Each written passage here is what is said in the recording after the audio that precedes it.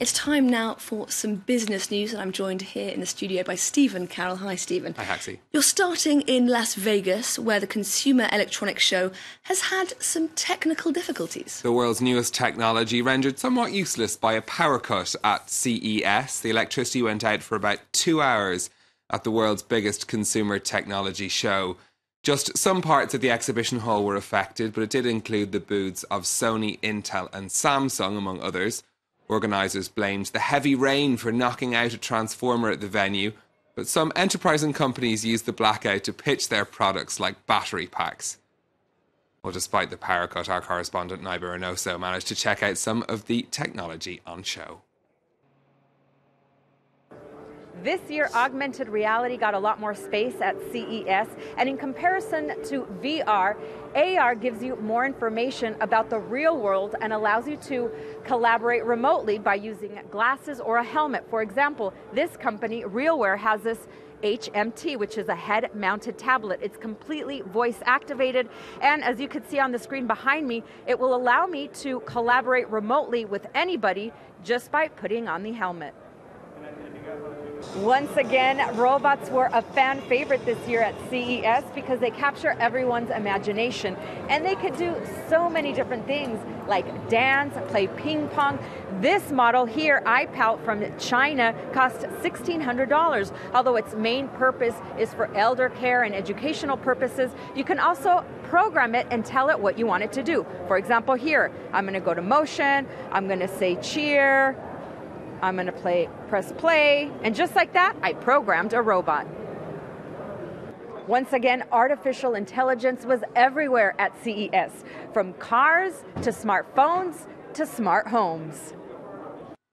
Now, back here in France, several major supermarkets are under fire for failing to obey a recall of contaminated baby formula.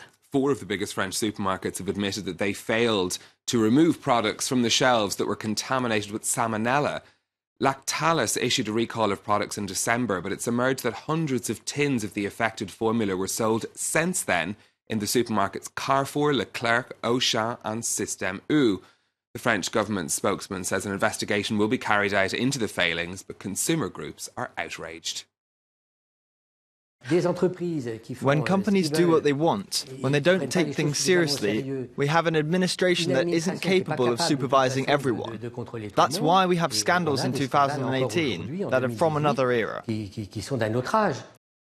South Korea is planning to ban trading in cryptocurrencies like Bitcoin. The announcement from the Justice Ministry came as police and tax authorities raided local exchanges as part of an investigation into alleged tax evasion.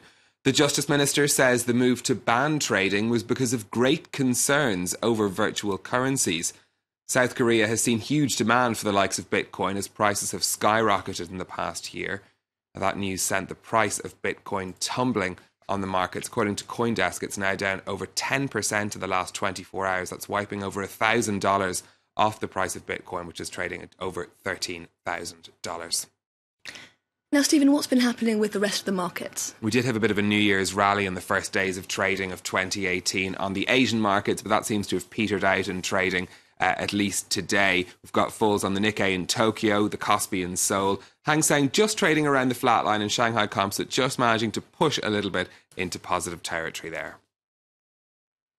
Well, let's move on with a look at some more of the day's business headlines. 2 French organisations have lodged legal complaints against Samsung for what they're calling deceptive commercial practices. Anti-corruption group Sherpa and labour rights organisation Peuple Solidaire have accused Samsung of violating workers' rights in factories in China and South Korea, going against ethical pledges the company has made.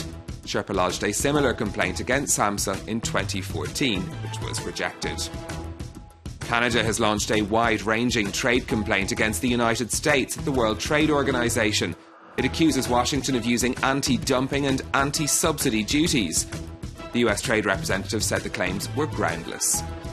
And US immigration officers have raided almost 100 7-Eleven convenience stores in a crackdown on illegal immigration. 21 arrests were made.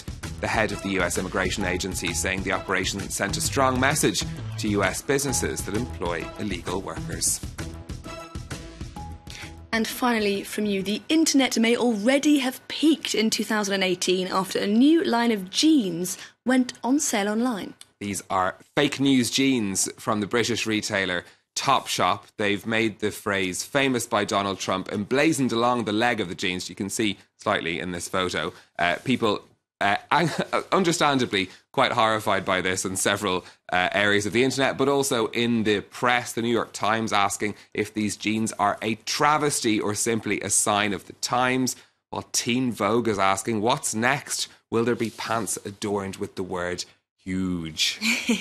I, for one, am sold. I think we should wear them as uniform here. Yes, exactly. Uniform for us. Stephen Carroll with the Business News. Thank you very much indeed. And that brings us to the end of this bulletin, but do stay tuned. I'll be back in just a couple of minutes with all the latest headlines, plus coming up in our Focus report. Last year, the Philippines was the world's deadliest country for environmental activists. We take a look at how the government and private security firms are targeting those who resist big business. Do stay tuned.